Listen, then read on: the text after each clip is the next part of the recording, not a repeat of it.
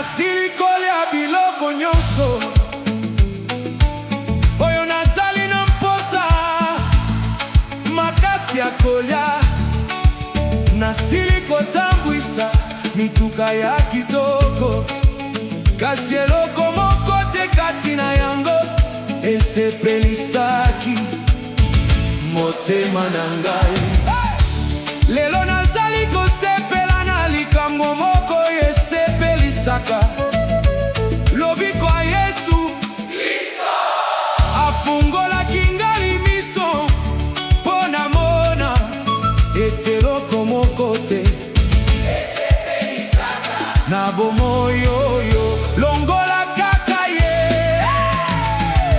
Yango wana nalingi kosepela na bolingo na ye mpo na ngai. Nasakoli na likolo nabetaka maboko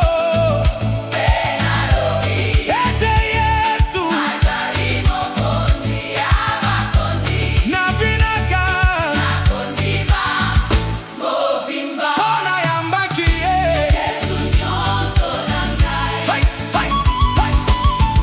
Mokakatano nyonso oyo nakutanaka na yango, namemaka yango epai na ye na libondeli. Nazali na probleme te ata soki emonani, mpona kozwa mwa ntango, mpona kozwa eyano na ngai. Ntango na ye ezali ya kokoka, nasakoli na likolo ya mongongo na ngai. Nabetaka maboko mpe nalobi ete Yesu azali mokonzi ya bakonzi. Nabinaka na kondima mobimba mpona yambaki ye Yesu nyonso na ngai. Hey, hey, hey, hey, hey.